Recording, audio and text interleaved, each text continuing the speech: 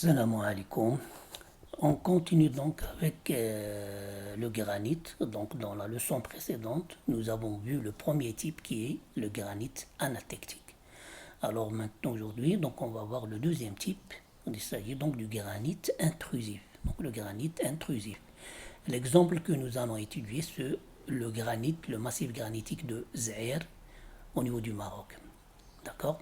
Alors là, vous avez donc les documents que nous allons étudier pour essayer de voir, comme nous l'avons fait pour le granit anatectique, c'est-à-dire comment apparaît ce granit et comment et quelle est sa relation avec le métamorphisme.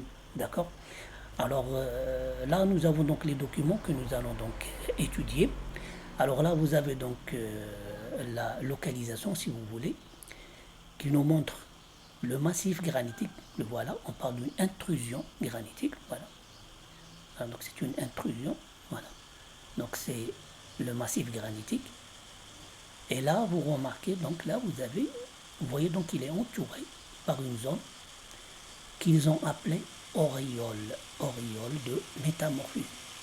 Et le granit, c'est là. Alors, on va prendre cette partie-là, juste cette partie, oui, c'est-à-dire qu'on comprend donc partie granitique et métamorphique, et donc on réalise cette carte-là. Donc c'est une portion de carte géologique. Et là, vous avez donc une coupe géologique. Donc là, une carte, mais là, une coupe géologique. Et vous avez bien sûr là la légende. Alors nous avons également la légende des roches, là, numérotées de 1 à 7, ou à 6, d'accord. Alors donc là, on va essayer de répondre à des questions. Regardez, la première question, on vous dit en utilisant le document, c'est-à-dire les 3 ABC, déterminer les caractéristiques de ce granit et sa mise en place. Les caractéristiques de ce granit et sa mise en place. Alors regardez là. Donc si on commence par la figure A, donc là, lorsque vous répondez à cette question, alors il faut analyser chaque figure. Commencez par figure A, puis figure B, puis figure C. S'il y a des choses donc communes entre 2 ou la 3, vous le mentionnez dans votre réponse. D'accord. Mais la meilleure façon de répondre, c'est ça. Vous prenez la figure A, puis la figure B, puis la figure C, et s'il n'y a jamais donc des choses communes, comme je viens de le dire, vous le mentionnez. Alors pour la figure A, regardez. La première chose, regardez, on voit que ce granit, ce massif granitique, vous voyez, il a une forme ovoïde. Shaklun baydawi, vous voyez, forme ovoïde. D'accord. La deuxième chose, regardez, ses limites sont nettes et tranchantes. Regardez, ces limites sont nettes et tranchantes. يعني الحدود الواضحة ليس هناك تداخل مع صخور أخرى. Vous voyez, sont nettes. Oui. La deuxième chose. Mais vous pouvez également parler de la superficie, parce que vous avez là une échelle. Vous pouvez également parler de la superficie. Et la troisième chose, regardez, ce massif granitique, vous voyez, il est entouré de partout, vous voyez, il est entouré par ce que nous avons appelé auréole métamorphique, c'est-à-dire des roches métamorphiques, mais sur une surface limitée, une distance et une surface, vous voyez, elle est limitée géographiquement. Alors quoi, on parle d'auréole, parce que c'est une surface qui entoure uniquement donc le massif granitique. Donc nous avons donc la disposition, si vous voulez, la répartition, il est de quelques kilomètres. Nous avons donc, c'est un granit qui est ovoïde, de forme ovoïde. Ses limites sont nettes, voyez. Et vous avez, il est entouré de roches métamorphiques sous forme d'une zone appelée auréole. Donc, vous voyez donc, la répartition géographique est limitée. Voilà, donc ça c'est pour donc la figure A. La figure B, elle confirme ce que nous avons dit pour la figure A. Alors regardez, figure A et B, la carte et la coupe. Alors regardez là, vous avez donc le massif, il est là, regardez, donc le granit, voilà le granit. Et vous voyez bien que, regardez, effectivement, ces limites sont nettes, voyez, avec les roches métamorphiques. Les limites sont nettes. Vous voyez? On dirait qu'il coupe ces roches-là. Oui. Là, le massif, on dirait qu'il coupe ces roches métamorphiques. D'accord? Alors donc, et une chose également importante, vous voyez que ces limites sont nettes, c'est-à-dire vous n'avez pas, si vous voulez, un mélange avec d'autres roches, par exemple des migmatites. Vous voyez, il n'y a pas de migmatite. C'est pas comme le granit anatectique. Le granit anatectique, au moins dans cette zone, vous avez un mélange entre migmatite et granit. Là, vous n'en avez pas. Le granit, la limite est bien nette. C'est granit, là, c'est roche métamorphique. Et il n'y a pas de migmatite. Vous n'avez pas de migmatite. D'accord? Et là, vous avez les roches, donc, métamorphiques.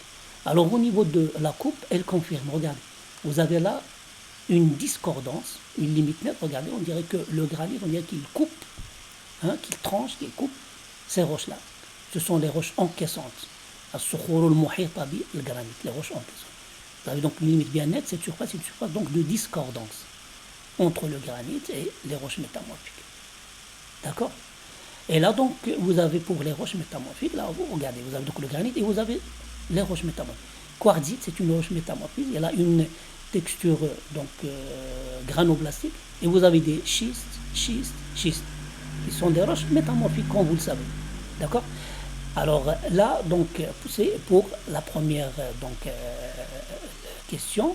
Alors, déterminer les caractéristiques du granit et sa mise en place. Alors, regardez.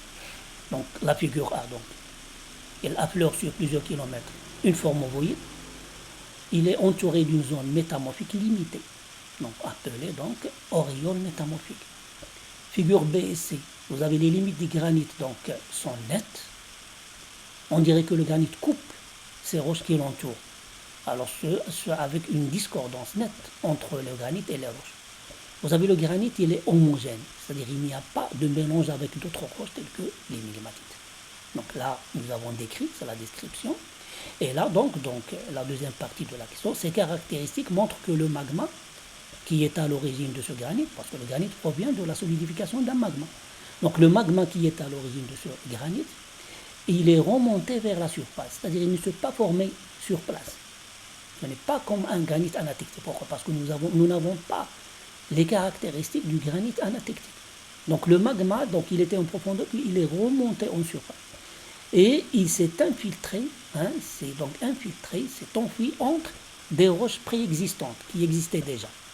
Donc c'est pour ça que nous avons avec l'aspect tranchant, comme je viens de dire, on dirait qu'il tranche les roches préexistantes. Alors arrivé à une certaine profondeur, ce magma s'arrête et se refroidit pour donner ce granit. Alors ce granit, on l'appelle un granit intrusif. Pourquoi? Eh bien parce qu'il a été mis en place entre des roches préexistantes. Le magma est remonté à une certaine profondeur, puis il s'est mis entre des roches préexistantes et il s'est refroidi. Donc il s'est intrus, comme une intrusion. Une intrusion. Donc c'est ce qu'on appelle, c'est un granit intrusif. Donc vous voyez, les caractéristiques sont différentes du granit anatectique. Donc il ne provient pas du phénomène d'anatexie. D'accord? Pour la mise en place, attention, je parle de la mise en place. Pas de la naissance du magma, non, mais de la mise en place et la formation de la roche granitique. D'accord? Alors la question 2, on vous demande, en utilisant les séries rocheuses, 1, 2, 3 et 4, qui sont données là, au niveau de la légende, on vous dit, montrez l'influence de la pression et la température sur ces roches, en se rapprochant du massif. C'est-à-dire, si vous voyez la carte, regardez. Alors vous avez 1, 2, 3 et 4. Vous voyez, donc en allant de 1 vers 4, vous vous rapprochez du massif granitique. On vous demande de montrer l'effet de la pression et de la température sur ces roches, puisqu'il s'agit, comme vous le voyez, de roches métamorphiques. Donc ils se sont formés sous l'influence des facteurs métamorphiques, à savoir la température et la pression. Alors et là, on vous donne la composition de ces roches. Regarde. Donc là, c'est la roche la plus loin, et là, la plus proche. 4, c'est la plus proche. Là, la plus éloignée, là, la plus proche. Donc 1, là, vous avez donc des schistes argileux à chlorite et séricite et biotite. Chlorite et séricite, vous vous rappelez donc, c'est le faciès des schistes verts. Ce sont des minéraux qui caractérise facile des schistes verts, qui est le début de métamorphisme. C'est-à-dire c'est un métamorphisme qui est assez faible. D'accord? Lorsque vous passez à 2, vous vous rapprochez du granit, vous avez des schistes maintenant, schistes abiotiques, la biotite est toujours là, et andalosites. Regardez donc, chlorite et séricite ont disparu. Donc vous avez biotite qui reste et vous avez andalosite de petite taille. Donc andalosite, vous vous rappelez, c'est un minéral indicateur de transformation à haute température. C'est un minéral de haute température. Donc ça indique que lorsqu'on se rapproche du massif, on dirait qu'il y a une transformation des minéraux sous l'effet de la température. La roche 3, schiste abiotique toujours et andalosite, donc en 2. Mais l'andalosite est de grande taille. Là, il était de petite taille, il est de grande taille. Alors, lorsque vous avez donc c'est toujours l'indicateur de haute température. Mais regardez, la taille augmente. Lorsque la taille augmente, c'est également un indicateur de formation sous haute température. C'est un indicateur de formation des minéraux sous haute température. Donc, on dirait que la température est toujours là et elle augmente. Remarquez que l'effet de la pression est presque absent. Lorsque vous arrivez à la roche 4, qui est la plus proche, regardez la roche 4 la plus proche, vous avez, on vous dit, c'est une cornéenne, une roche appelée cornéenne. C'est une roche sombre, tout simplement, regardez, dure, sombre, et sans schistosité. Alors, les minéraux de ces roches sont andalosite, donc biotite, feldspathe potassique, orthose, de taille inférieure à 0,1 mm. Donc, vous voyez, donc, vous passez donc à une roche où il y a la disparition de la schistosité. Il n'y a plus de schistosité. Et comme nous avons déjà eu l'occasion de le dire, lorsque vous avez une disparition de la schistosité, c'est un indicateur de l'effet de haute température. C'est un indicateur de l'effet de haute température avec une pression faible ou absente. Donc, et également, vous avez également l'apparition de feldspathe. Et le feldspathe, comme le vend déjà dit, feldspathe potassique l'orthose, c'est également un indicateur de haute température. Donc, en conclusion, si vous voulez, lorsqu'on passe des roches 1 vers la roche 4, c'est-à-dire en se rapprochant vers le massif granitique, on dirait qu'il y a une transformation des minéraux et donc des roches sous l'effet essentiel de la température. D'accord? C'est-à-dire, tout simplement, il s'agit là donc d'un métamorphisme thermique. C'est un métamorphisme thermique, un métamorphisme de haute température. Alors d'où vient cette température? Bon, c'est clair. Elle vient probablement du refroidissement du magma qui était à l'origine de ce granit. C'est-à-dire le magma qui a donné ce granit, en se refroidissant, eh bien, il a émis, il a libéré une très haute température, et cette température a influencé les roches encaissantes qui étaient là, et elle a provoqué ce métamorphisme-là. C'est pour cela que ce métamorphisme-là, on l'appelle un métamorphisme de contact. C'est un métamorphisme de haute température, oui, et c'est un métamorphisme de contact. Pourquoi? Parce qu'il apparaît au contact du magma granitique. Donc là, regardez donc la réponse à la question de... Donc on passe des schistes où les minéraux sont orientés, c'est-à-dire schistes vers des cornéennes où l'orientation des minéraux disparaît. Donc c'est l'effet de la forte température. La taille des cristaux augmente, et on a donné l'exemple de l'andalosite, c'est aussi un indice de forte température. Les minéraux indicateurs de faible pression et température, tels que chlorite et séricite, disparaissent. Qui étaient dans la roche 1, ils disparaissent. Ils sont remplacés par des minéraux indicateurs de pression et surtout de haute température, tels que l'andalosite et les feldspaths potassiques. Donc on conclut donc qu'en se rapprochant du granit, les roches ont subi des transformations sous l'action notamment de la forte température. Et donc là on arrive à la troisième question. Donc en utilisant les données précédentes, préciser le type de métamorphisme. Quel est le type de métamorphisme qui a affecté les roches encaissantes du granit? Alors c'est la question à laquelle nous avons déjà répondu. Donc le magma granitique remonte vers la surface à travers des roches encaissantes. Arrivé à une certaine profondeur, il se met en place. Et commence à refroidir. Commence son refroidissement. La température donc libérée sur ce refroidissement affecte l'équilibre minéralogique des roches encaissantes, qui se transforment alors en roches métamorphiques il s'agit d'un métamorphisme thermique, c'est-à-dire sous l'effet de la température, qu'on appelle également métamorphisme de contact. Il se manifeste sous forme d'une auréole. Donc, vous voyez, donc, il est très simple de le reconnaître. Il est toujours sous forme d'une auréole qui entoure le granit. C'est pratiquement différent du métamorphisme général ou régional ou dynamique. C'est très différent. C'est une auréole dans une zone qui entoure le massif granitique toujours. Et dont l'intensité diminue vers l'extérieur. C'est-à-dire plus on s'éloigne du massif, plus l'intensité du métamorphisme diminue et disparaît. Alors là, vous avez par exemple, regardez, là c'est une photo de granit de Tafraout, un granit intrusif de Tafraout. Et là, vous avez regardé, à l'intérieur, vous avez regardé une enclave de cornéenne, la roche cornéenne dont on vient de parler. C'est une roche, vous voyez, donc elle est sombre. Une enclave, c'est un morceau de roche qui a été emprisonné à l'intérieur du magma lors de son refroidissement. Et à la fin, on obtient donc cette image-là. Et là, donc, vous avez le granit intrusif au Maroc. Donc, remarque, parfois, on trouve dans le granit des enclaves, qui sont des morceaux d'autres roches. Ces enclaves sont des parties de roches encaissantes qui n'ont pas été digérées, fusionnées, c'est-à-dire par le magma. Voilà, d'accord? Et voilà donc pour le granit anatectique. Donc, vous voyez, différence nette, justement, on va finir avec ça, regardez. Comparaison donc, entre granit anatectique et intrusif. Alors, regardez. Lorsque le magma, là, vous avez un schéma comparatif. Là, à l'origine, donc, c'était le magma général, là, vous voyez. Alors, si le magma général, c'est un magma anatectique. Donc, c'est le phénomène de l'anatexie qui produit le magma à l'origine des granites. Mais la mise en place, c'est elle qui fait la différence entre magma anatectique et magma donc intrusif. Alors, si le magma se refroidit et se solidifie sur place, il donne donc le magma anatectique. Regardez donc, sa superficie est énorme, des dizaines de kilomètres, il est énorme, d'accord? Et il est toujours associé, comme nous l'avons déjà dit, donc aux migmatites. Il est très associé aux migmatites. Là, vous avez les migmatites. Là, c'est les migmatites. Donc, ils sont toujours associés au magma anatectique. Vous voyez? Et donc, vous n'avez pas des limites nettes. Donc, le magma, il est hétérogène, puisqu'il y a un mélange entre migmatite et magma. Migmatite, magma. D'accord? Mais parfois, regardez, lorsque le magma trouve une issue, par exemple une faille, une cassure dans la croûte, eh bien, il remonte, comme c'est le cas ici. Vous voyez? Alors, le magma à l'origine anatectique, il remonte.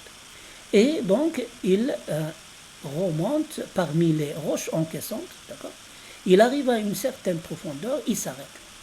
Et lorsqu'il s'arrête, donc, il va se refroidir et la température issue de ce refroidissement va provoquer la transformation des roches encaissantes et donc le métamorphisme thermique qu'on a appelé le métamorphisme de contact, manifesté par cette auréole qui entoure les roches ou le massif granitique.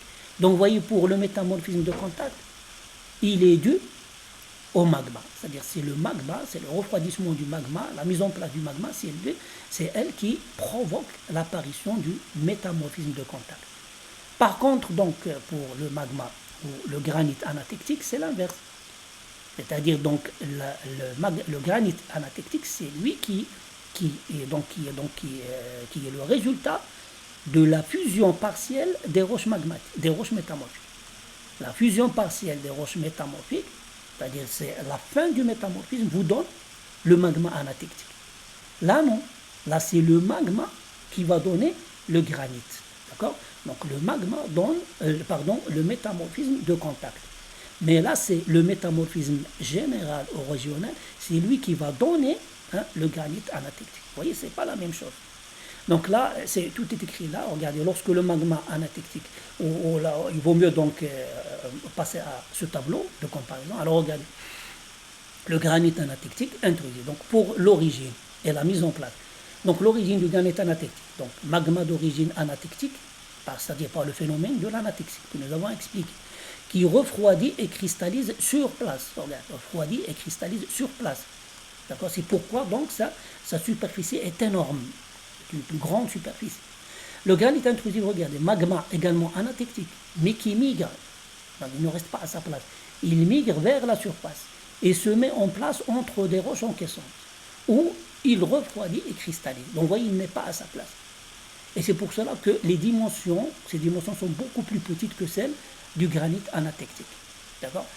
Deuxième chose importante, relation avec le métamorphisme. Alors, pour anatectique, il représente la phase ultime finale du métamorphisme général par la fusion partielle des roches du métamorphisme général ou régional. Alors que là, donc, regardez, c'est lui qui cause le métamorphisme des roches encaissantes pour donner une auréole métamorphique autour du granit. Le métamorphisme, il est thermique. Alors là, donc c'est le métamorphisme général ou régional. Puis vous avez deuxième chose, vous avez le passage progressif des roches métamorphiques vers le granit par l'intermédiaire des migmatites. Là, non, vous avez une discordance limite nette entre granit et les roches encaissantes métamorphisées. Donc, vous voyez, donc là, bien sûr, il y a d'autres choses qui vous permettent de reconnaître chaque type, dont nous avons déjà parlé, d'accord, au début. Alors là, c'est la différence donc, essentielle entre granit anatectique et intrusif. Vous voyez, donc l'origine initiale, il est le même, mais la mise en place diffère. Et donc, automatiquement, la relation avec le métamorphisme diffère également. Métamorphisme régional ou général qui est à l'origine du magma, la métamorphisme thermique de contact qui est le résultat de la mise en place du magma. Et voilà, donc j'espère que ces leçons vont être utiles pour vous, pour préparer votre examen. Je vous souhaite donc de bien réussir votre examen. Il suffit de travailler, comme travailler, et donc, Inch'Allah, vous aurez donc de bons résultats.